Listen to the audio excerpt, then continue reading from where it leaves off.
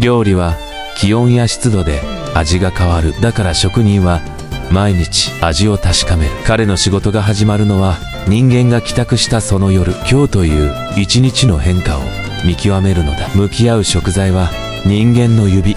この小さな味見職人。まずは舌で今日の状態を確かめる。皮膚の温度、しっとり感、そして何度も甘噛みを重ねる。食感の違いを確かめるために納得するまで決して終わらない。その舌と歯が選び抜く今日最高の一本。職人が最も価値を置くのは足の指。希少だからこそ丁寧に味わう。明日もまた厳しい審査が始まる。